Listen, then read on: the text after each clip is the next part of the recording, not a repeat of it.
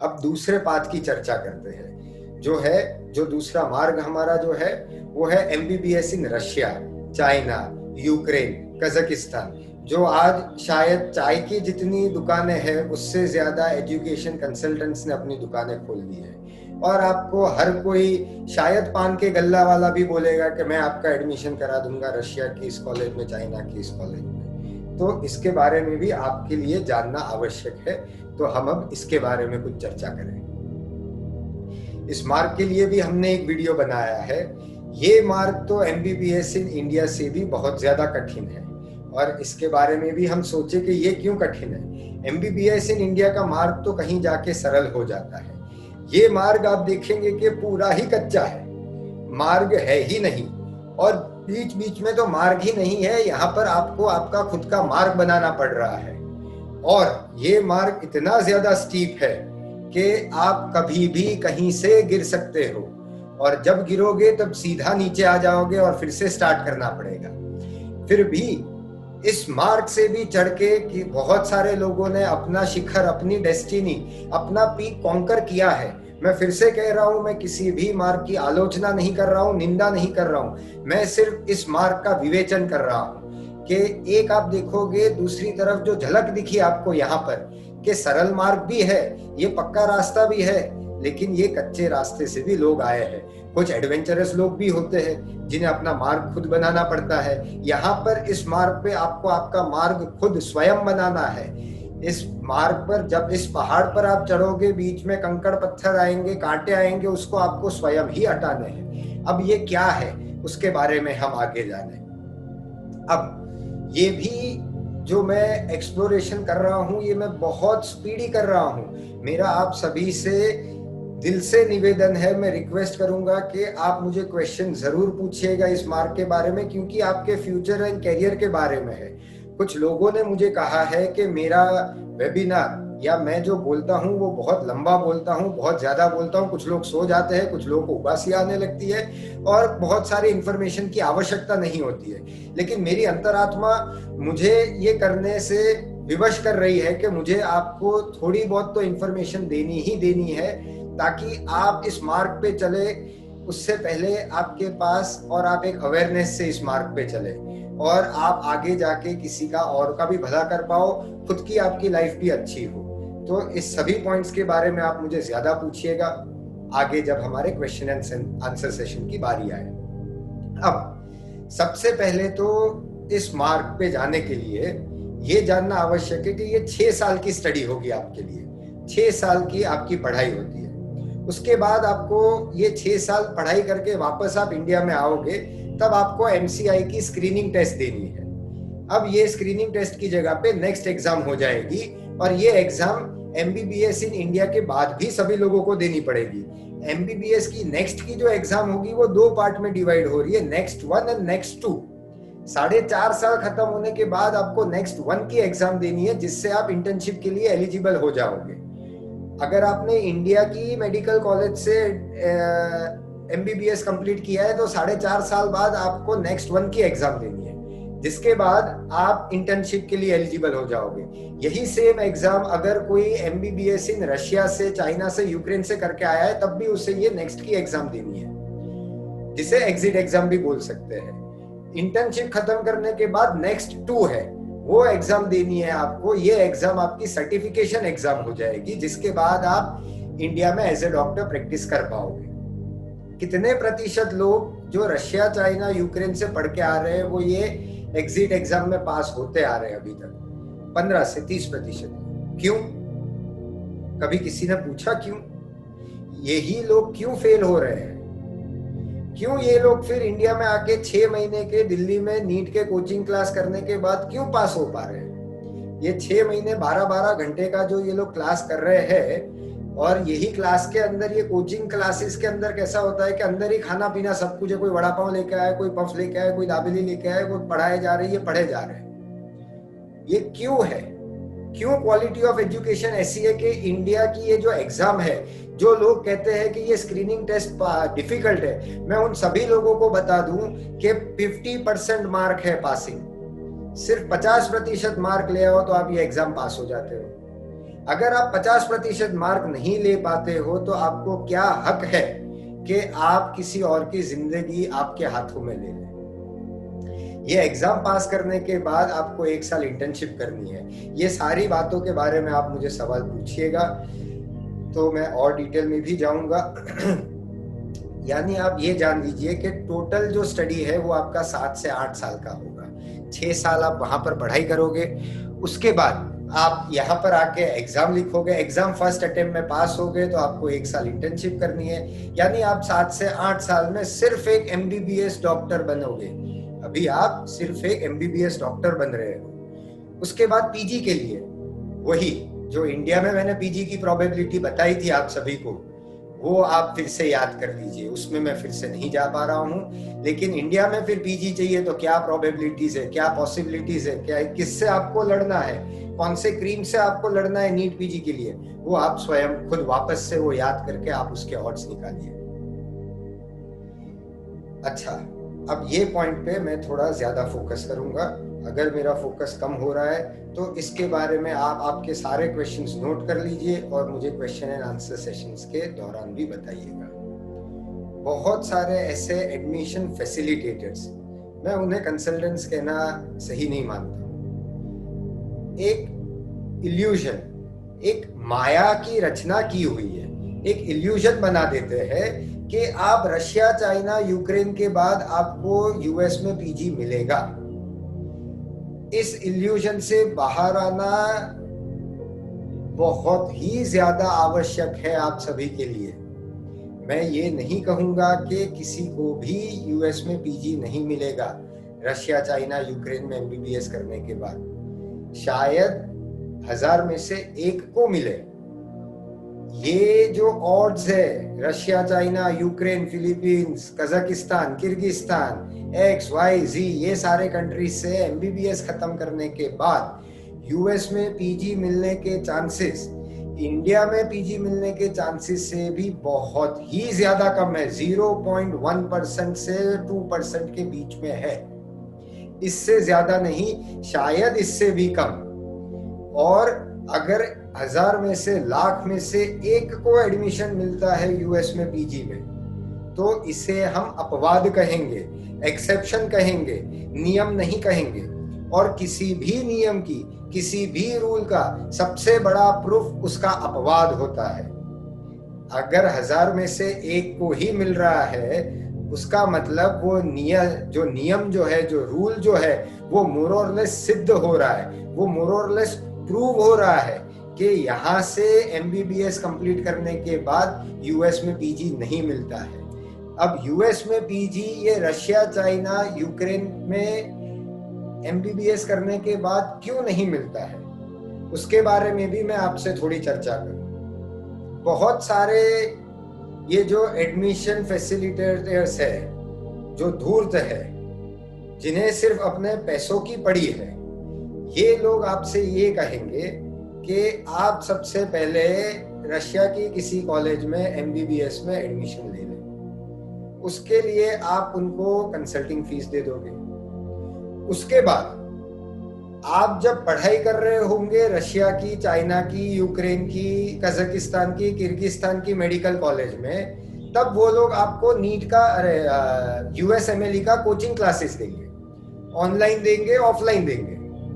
आश्चर्य है, गहन आश्चर्य होता है मुझे कि जिस कॉलेज में आप पढ़ रहे हो वो कॉलेज की क्वालिटी इतनी भी नहीं है कि आप USMLE स्टेप 1 पास करोगे, तो उसके लिए आपको फिर से पैसा देना है स्टेप 1 की, USMLE स्टेप 1 की प्रिपरेशन के लिए। फिर ये लोग कहेंगे आपसे कि आप USMLE स्टेप 1 पास होने के बाद आप USMLE स्टेप 2 की प्रिपरेशन कीजिए, उसके भी पैसे हमें दे दीजिए। स्टेप 2 करने के बाद ये लोग आपको कहेंगे कि हम आपको यूएस में ऑब्जर्वरशिप दिलाएंगे, कि क्लिनिकल रोटेशन दिलाएंगे। अब ये भी धूर्त, ये भी, इसके भी पैसे ले लेंगे, इसके लिए भी आप पैसा दे दोगे। कान आप सीधे हाथ पकड़ो के पूरा उल्टा करके पूरा ब्रह्मांड घूम के आप कान पकड़ोगे, पैसा का खर्चा वही होगा। ये जितने भी धूर्त है, जितने भी ये लोगों के जिंदगी के साथ खिलवाड़ कर रहे हैं लोग, यहां से पैसा लो, वहां से पैसा लो। एक बार हाथ में आ गया बंदा, यानी पैसे बटोरते ही जाओ। पहले एडमिशन कराने का पैसा लो, फिर यूएसएमएलई पढ़ाओ, उसका पैसा लो, फिर स्क्रीनिंग टेस्ट पढ़ाओ, उसका पैसा लो, फिर यूएसएमएलई पढ़ाओ, उसका पैसा लो, फिर यूएसएमएलई स्टेप 2 पढ़ाओ, उसका पैसा लो, फिर आपको यूएस के हॉस्पिटल में झूठ बोलकर रोटेशन दिलाओ, उसका भी पैसा लो। यहाँ से पैसा, वहां से पैसा, और लोगों की जिंदगी के साथ खेलना। और ये कुछ जाने माने लोग भी कर रहे हैं। तो इससे आप बहुत ही ज्यादा अवेयर हो जाइए, कॉशियस हो जाइए, बिवेयर हो जाइए। अब मैं आपको डिफरेंस बताता हूँ, ACGME अप्रूव्ड क्लिनिकल रोटेशन क्या होता है और ऑब्जर्वरशिप क्या होता है, और क्यों ये धूर्त लोग आपको बता रहे हैं कि हम आपको ऑब्जर्वरशिप दिलाएंगे यूएस में, कि क्लिनिकल रोटेशन दिलाएंगे। यूएस में पीजी मिलने के लिए अत्यंत आवश्यक है कि आपके पास यूएस क्लिनिकल एक्सपीरियंस हो। अगर US clinical exposure, US clinical experience आपके पास नहीं है तो आपको यूएस में पीजी में एडमिशन नहीं मिलेगा। ये बात आपके लिए समझना बहुत मुश्किल होगी, क्योंकि हमारी एजुकेशन की पद्धति बहुत ही ज्यादा डिफरेंट है। हमने जाना कि इंडिया में 2 से 3 लाख लोग पीजी की नीट पीजी की एग्जाम दे रहे हैं। इसमें से जिन 30,000 लोगों को सबसे अधिक मार्क्स आएंगे, वो 30,000 लोगों को पीजी में एडमिशन मिलेगा। यानी अगर हमारे पास 100 सीटें हैं पीजी की और 1000 लोग एग्जाम दे रहे हैं, तो जिन 100 को ज्यादा मार्क्स आएंगे वो 100 लोगों को एडमिशन मिलेगा। Marks are the only tools through which a student is assessed in Indian education system, whereas marks are just one of the tools and the least important tool through which a student is assessed in US education system. आपको step 1 में कितने marks आ रहे हैं ये इतना जरूरी नहीं है जितना जरूरी आपका यूएस क्लिनिकल एक्सपोजर है। उसके बेसिस पर ही आपको यूएस में पीजी मिलेगा। ये पॉइंट के बारे में मुझे बहुत ज्यादा डिटेल में आपसे बात करनी है, और ये क्लिनिक और ये क्वेश्चन एंड आंसर सेशन के दौरान आप जरूर पूछिएगा कि यूएस में पीजी मिलता कैसे है, क्या प्रोसीजर है, क्या विधि है, तब मैं आपको बताऊंगा। बट ये बात आप ध्यान रखिए, आप यूएस में किसी डॉक्टर से पूछिए, आप खुद रिसर्च कीजिए, इसके बहुत सारे फॉरम्स है, उसको आप देखिए। 2022 से यूएसएमएलई की जो एग्जाम होगी स्टेप 1 की, उसमें मार्क्स दिए ही नहीं जाएंगे, सिर्फ पास और फेल होगा और कुछ नहीं। तो आप मार्क्स कितने भी लाओ उससे आपका कोई फर्क ही नहीं पड़ेगा, क्योंकि मार्क्स आने ही नहीं है। सिर्फ आपका यूएस क्लिनिकल एक्सपोजर आपका कैसा है उसके बिहाफ पे, और आपका लेटर ऑफ रिकमेंडेशन जो यूएस के ACGME अप्रूव्ड हॉस्पिटल के डॉक्टर से मिलेगा, वो भलामण पत्र, वो लेटर ऑफ रिकमेंडेशन और आपके यूएस क्लिनिकल एक्सपोजर के बेसिस से आपको यूएस में पीजी मिलेगा। अब ACGME अप्रूव्ड क्लिनिकल रोटेशंस क्या होता है? इंडिया में 5.5 साल का MBBS का कोर्स है, जिसमें से 4.5 साल आप क्लासरूम में पढ़ाई कर रहे हैं और 1 साल आप हॉस्पिटल में इंटर्नशिप कर रहे हैं। अब ये इंटर्नशिप की भी मैं थोड़ी यहाँ पर बात हुई है तो थोड़ा ज्यादा समय आपका ले लूं। जनरली इंडिया की मेडिकल कॉलेज के अंदर 150 स्टूडेंट हर साल एनरोल होते हैं। 5.5 साल का कोर्स है, यानी आप समझ सकते हो कि 750 स्टूडेंट डॉक्टर्स इस कॉलेज में हमेशा दिखाई देंगे। पीजी की भी तकरीबन 150 सीटें होती है, जिसके 3 साल होते हैं, तो ये हो गए 750, सॉरी पीजी के हो गए, एंड 750 MBBS के और 450 पीजी के स्टूडेंट्स हो गए टोटल, ये हो गए 1100, और 150 प्रोफेसर डॉक्टर्स होते हैं। तो 1250-1300 डॉक्टर्स किसी भी मेडिकल कॉलेज में होते हैं, डॉक्टर्स या स्टूडेंट्स, और ये सारे इंटर्नशिप करते हैं हॉस्पिटल में। ज्यादातर लोग हॉस्पिटल के बाहर बैठे रहते हैं। कुछ मेल स्टूडेंट्स को गायनेक वार्ड में जाने की अनुमति नहीं होती है, कि अपॉर्चुनिटी नहीं मिल पाती है। कुछ फीमेल स्टूडेंट्स को प्रोस्टेट वार्ड में नहीं मिल पाती है। इसके बिहाफ पर ये लोग इंटर्नशिप करते हैं। आप सोचिए कि कितने पेशेंट्स आते हैं इंडिया की प्राइवेट मेडिकल कॉलेजेस में, और डॉक्टर्स कितने हैं। तो पेशेंट अगर कहीं दिख जाए तो डॉक्टर्स ये कहते हैं कि ये तो मेरा है, ये तो मेरा ही पेशेंट है, पतंग पकड़ते हैं ऐसे पेशेंट को पकड़ते हैं इस मेडिकल कॉलेज में पेशेंट। ऐसे 1 साल हम इंटर्नशिप करते हैं। मेरा जो मेन पॉइंट है, थोड़ा मैं भटक गया, माफी चाहूंगा आप सभी से, कि 4.5 साल का MBBS का जो कोर्स है उसमें आप कॉलेज में पढ़ाई करोगे और 1 साल हॉस्पिटल में। यूएस के अंदर 4 साल का जो MD प्रोग्राम होता है, जिसके पहले आपको BSc करना होता है, जिसके बारे में हम आगे बात करेंगे। बट 2 साल आप कॉलेज में पढ़ाई करोगे और 2 साल आप हॉस्पिटल में पढ़ाई करोगे। यूएस में हॉस्पिटल और कॉलेज ये 2 अलग अलग एंटिटीज है। पूरा क्यूरिकुलम LCME गवर्न करता है यूएस में, लेकिन हॉस्पिटल जो टीचिंग हॉस्पिटल होती है जहां पर स्टूडेंट क्लिनिकल रोटेशन करते हैं, उसे ACGME गवर्न करता है। आप इस स्लाइड की भी स्क्रीनशॉट ले सकते हो ताकि आप रिसर्च कर पाओ कि ACGME क्या है। तो यूएस के जितने भी स्टूडेंट्स हैं, मेडिकल स्टूडेंट्स, वो 2 साल क्लासरूम में पढ़ेंगे और 2 साल हॉस्पिटल में पढ़ेंगे भी सही, पेशेंट भी देखेंगे। इसके दौरान उनको कंपलसरी होता है कि मान लीजिए 12 वीक का मेडिसिन, 12 वीक का सर्जरी, 8 वीक का इलेक्टिव सर्जरी, 6 वीक का पीडियाट्रिक्स, 8 वीक का गायनेक, ये सारे रोटेशंस करने हैं। इसमें उनको गायनेक में डिलीवरी करवानी है, सर्जरी में सर्जरी करानी है, मेडिसिन में कुछ पेशेंट्स को देखना ही है, उसके बाद ही वो आगे जा पाएंगे।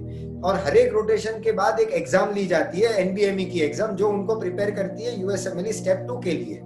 और ये हो सकता है सिर्फ ACGME अप्रूव्ड क्लिनिकल रोटेशन की हॉस्पिटल में। अगेन, ये जो क्लिनिकल रोटेशंस होते हैं ACGME अप्रूव्ड हॉस्पिटल्स में, these can be done only as part of a medical curriculum। जिस तरह इंडिया में जो इंटर्नशिप का 1 साल है, उसे सिर्फ MBBS करते करते आप कर सकते हो, डॉक्टर बनने के बाद नहीं। उसी प्रकार ये जो ACGME अप्रूव्ड क्लिनिकल रोटेशन है, जिसके बेसिस पर आपको यूएस में PG मिलता है, वो सिर्फ और सिर्फ आप मेडिकल MBBS करते करते ही कर सकते हो, उसके बाद नहीं। इंडिया में तो फिर भी आप ये रशिया चाइना से करने के बाद आप इंटर्नशिप कर सकते हो। यूएस में ऐसा भी कोई मार्ग, ऐसा भी कोई ऑप्शन नहीं है। ये आपको MBBS ड्यूरिंग योर कोर्स ही करना है, तो इसके बाद तो रोटेशन हो ही नहीं सकते हैं। इसके लिए आपको जितने भी धूर्त लोग होंगे, ये हैंड्स ऑन रोटेशन नहीं देंगे, बट आपको ऑब्जर्वरशिप देंगे। यहाँ पर जो ऑब्जर्वरशिप पे जो मैं हाईलाइट कर रहा हूँ, ये ऑब्जर्वरशिप देंगे, इसको क्लिनिकल रोटेशन नहीं कहेंगे। अब सिर्फ कुछ पैसों कमाने के लिए यूएस में भी ऐसे बहुत सारे कंसल्टेंट्स हैं जिन्हें इस ऑब्जर्वरशिप को क्लिनिकल रोटेशन बोल देते हैं, और कुछ जो ऑनेस्ट लोग हैं वो क्लिनिकल रोटेशन ना बोल के क्लिनिकल एक्सपोजर बोल देते हैं, यूएस क्लिनिकल एक्सपोजर, USCE। अब इसमें आपको हैंड्स ऑन एक्सपीरियंस नहीं मिलेगा। ये जो ऑब्जर्वरशिप आप करोगे, जो ACGME अप्रूव्ड क्लिनिकल रोटेशन है, उसमें आपको सर्जरी करनी है, उसमें आपको पेशेंट की हिस्ट्री लेनी है, उसमें आपको डिलीवरी करानी है, उसमें आप पेशेंट की पूरी केयर में इन्वॉल्व हो जाओगे। जबकि ये ऑब्जर्वरशिप में आप सिर्फ डॉक्टर को शैडो करोगे, नाम ही पर्याप्त है ऑब्जर्वरशिप। उसका मतलब उसके नाम से ही पर्याप्त है समझना, आप ऑब्जर्व कर रहे हो, you are shadowing just a doctor. वो क्या कर रहे हैं आप देख रहे हो। हाँ, ऑब्जर्वरशिप के बाद भी हजारों लाखों में से किसी एक को यूएस में PG मिला है। बहुत ज्यादा टाइम ऑब्जर्वरशिप करने के बाद भी मिला है, क्योंकि वो फिर ये ऑब्जर्वरशिप करते करते वहां पर रिसर्च वर्क कर रहे होते हैं, और किसी डॉक्टर की चापलूसी करते करते फिर उन्हें मिल सकता है। ये करके भी कैसे आपको यूएस में PG मिल सकता है, उसके बारे में भी आप मुझे क्वेश्चन एंड आंसर सेशन में पूछेंगे तो मैं आपको बताऊंगा। बट ये हैंड्स ऑन क्लिनिकल रोटेशन नहीं होगा, ये ऑब्जर्वरशिप होगी। अब कुछ धूर्तों ने, कुछ चीटर्सों ने, जो लोगों की जिंदगी के साथ खिलवाड़ कर रहे हैं, ऐसे लोगों ने एक नई चीज इजाद कर ली है। क्लिनिकल एक्सपोजर के बाद नाम पे हैंड्स ऑन रोटेशन को ये लोग क्या बोल देते हैं कि आप पेशेंट की हिस्ट्री ले पाओगे। You would be able to attend the meeting of the doctors where they discuss the patient, and आप डायरेक्टली पेशेंट की हिस्ट्री ले पाओगे। इसे ये लोग हैंड्स ऑन रोटेशन बोल दिया। लेकिन इसमें भी आप सर्जरी नहीं कर पाओगे।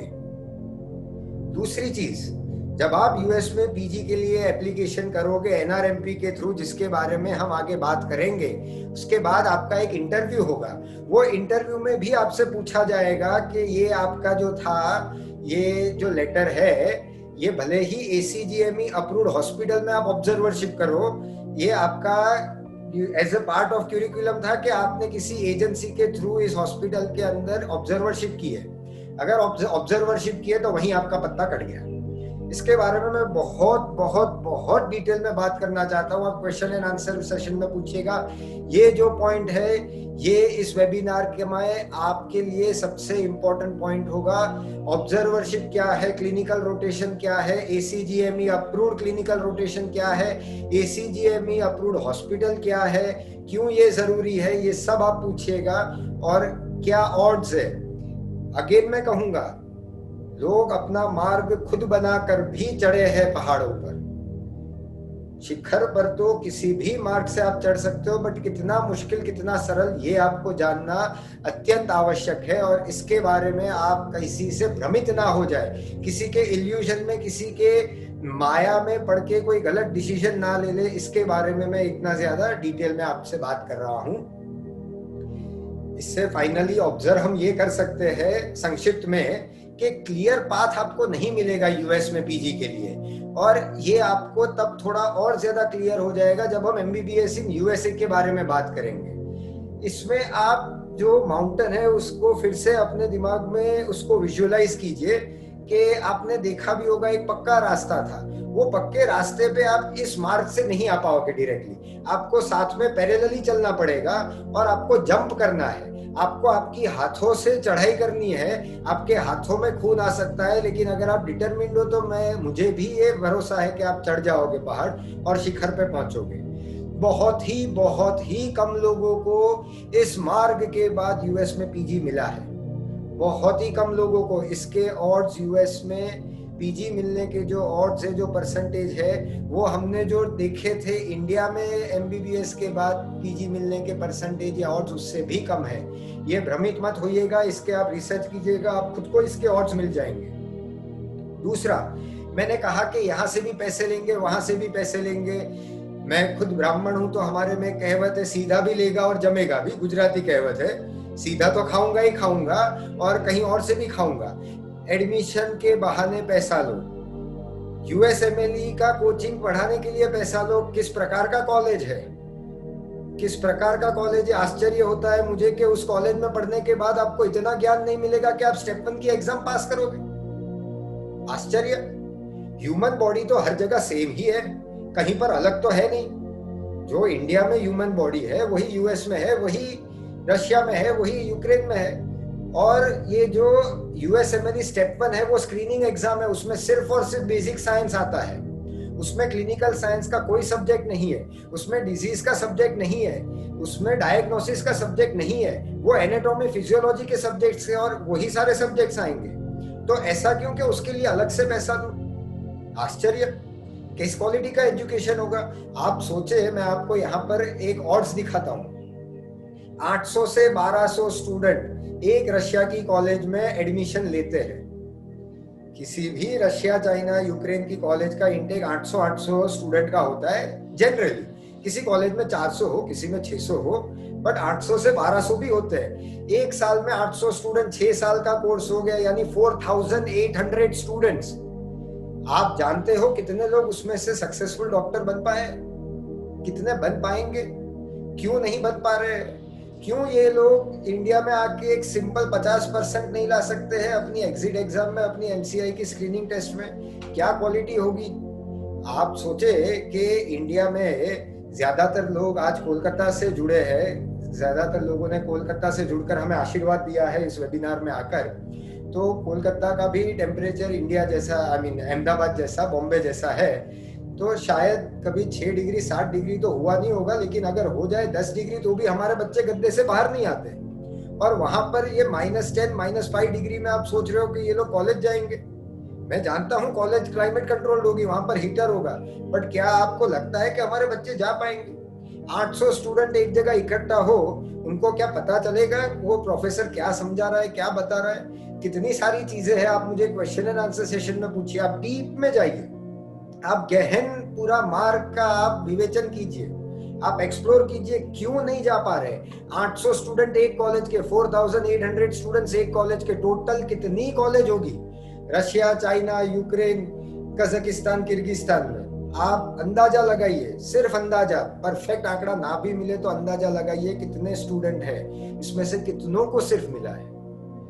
मान लीजिए कि आप उसके बाद भी ये धूर्तों की बातों में आके यूएस में ऑब्जर्वरशिप करने जा रहे हैं, ये धूर्त आपको कहेंगे कि 3 महीना 6 महीना ऑब्जर्वरशिप करनी पड़ेगी। मैं आपको कह रहा हूं कि 1 से 2 साल आपको वहां पर स्ट्रगल करना पड़ेगा इस मार्ग के बाद। और मैं बहुत सोच विचार के समझ करके कह रहा हूं, और मैं आपको नियम बता रहा हूं, अगेन अपवाद नहीं बता रहा हूं। 1000 में से 100 में से एकाधा को मिल गया तो वो अपवाद हो गया, नियम नहीं हुआ। तो तब आपकी ये ऑब्जर्वरशिप की कॉस्ट क्या होगी? आप जब यूएस में स्ट्रगल कर रहे होगे तब आपका कॉस्ट ऑफ लिविंग क्या होगा, वहां पर रहने में आपको कितना खर्चा होगा, ये भी आपको जानना जरूरी है। आपका कितना टाइम लगेगा, 6 साल आप वहां पर पढ़ रहे हो, फिर यूएस में स्ट्रगल कर रहे हो, फिर यूएस में आप पीजी करोगे 3 से 5 साल का, किस हिसाब से क्या हो रहा है, इस मार्ग के बारे में आप जरूर से सोचें। इस मार्ग पे चलने से पहले फिर से अगले मार्ग पर जाए, मैं चिता दूं वापस से सभी को, जितने भी हो सके आप सवाल पूछे इस मार्ग के बारे में मुझे क्वेश्चन एंड आंसर सेशन में। मैं बहुत ज्यादा डीप में आप सबको जितना मुझे पता है उतना मैं आप सबको बताऊंगा, ताकि आप एक डिसीजन अवेयरनेस से ले पाए, ताकि हमने जो सोचा था मनी, रिस्पेक्ट, सोशल सर्विस, उस पर आप खरे उतर पाए। एक आगे बढ़ने से पहले आप सभी से मैं एक और बात के लिए भी रिक्वेस्ट करूंगा। मैंने आपसे कहा कि हर साल 800 स्टूडेंट से 1200 स्टूडेंट ये रशिया, चाइना, ये सारे कंट्रीज में एडमिशन लेते हैं। हर साल 25,000 लोग शायद ये रशिया, यूक्रेन और ये सब में मिला के एक एक कंट्री में 20-25,000 इंडियन स्टूडेंट्स जाते हैं। जितने भी माँ बाप हैं, इवन स्टूडेंट्स भी है, खास करके माँ बाप जिनकी उम्र 45 साल, 50 साल, 55 साल होगी। 1998 या 2001 से ही स्टूडेंट्स ये रशिया, चाइना और यहाँ पर जाना शुरू कर दिया। आप ढूंढे कि इंडिया में कितने स्टूडेंट्स वापस आके as a successful doctor practice कर रहे हैं। मैंने जितना जाना है, ज्यादातर लोगों को, 50 से 60% लोगों को जो ये मार्ग से करके एमबीबीएस करके इंडिया वापस आते हैं, वो किसी भी बड़ी हॉस्पिटल में आईसीयू अटेंडेंट होते हैं, आईसीयू को पूरा संभालते हैं। और इसमें इन लोगों का सैलरी होता है 25,000 से लेके 50,000। कोलकाता की किसी भी बड़ी हॉस्पिटल में आप जाइए, वहां पर जो आईसीयू का इंचार्ज होगा वो जनरली ये रशिया, चाइना, यूक्रेन ये सब से जो पढ़ के आए होंगे ऐसे स्टूडेंट्स होंगे। बहुत सारे ऐसे लोग होते हैं, अगर आप किसी डॉक्टर्स को जानते हो जो हॉस्पिटल्स में पहचान रखते हो, उन्हें आप पूछिएगा, वो आपको बताएंगे कि बहुत सारे ऐसे डॉक्टर्स को पर मंथ सैलरी नहीं होती है, आवरली सैलरी होती है। अब फिर से मैं रिपीट करूंगा, उनको महीने की सैलरी नहीं होती है, उनको पर आवर सैलरी मिलती है। पर आवर के 150 रुपए, 200 रुपए, 250 रुपए। मेरे जैसे कुछ हस्बैंड्स होंगे जो घर के काम थोड़ा बहुत करते होंगे, कि जिनकी बीवियां उनसे करवाती ही होगी, तो वो जानते होंगे कि प्लम्बर घर पे आएगा 200 रुपए लेके जाता है 15 मिनट के, इलेक्ट्रिशियन घर पे आके एक बल्ब फिट करके जाता है 100 रुपए लेके जाएगा, और ये डॉक्टर को 150-200 रुपए पर मंथ मिलेगा, आई मीन पर आवर मिलेगा। और ये नाइट शिफ्ट, डे शिफ्ट मिला के 35,000, 40,000, 50,000 कमाएगा। ये है आपका मनी, ये है आपका रिस्पेक्ट, ये है आपका सोशल सर्विस, ये है हमारा बुनियादी ढांचा जिसके बेसिस पर हमने डॉक्टर बनना चुना था। क्या और कोई मार्ग नहीं है जिसके बेसिस पर आपको money, respect and social service आप ज्यादा अच्छे से कर पाओगे? और ये 6 साल पढ़ाई करने के बाद इधर 1 साल इंटर्नशिप, 7 साल और एग्जाम 7 से 8 साल के बाद आपको ये मिलेगा, जब किसी के जिंदगी का भार आपके कंधों पर होगा। ये सारी बातों के बारे में आप मुझे डिटेल में पूछिए। और बाकी प्राइवेट प्रैक्टिस करनी हो इन लोगों को तो वापस से जैसा हमने डिस्कस किया था कि उन्हें जाना पड़ रहा है रिमोट प्लेसेस में।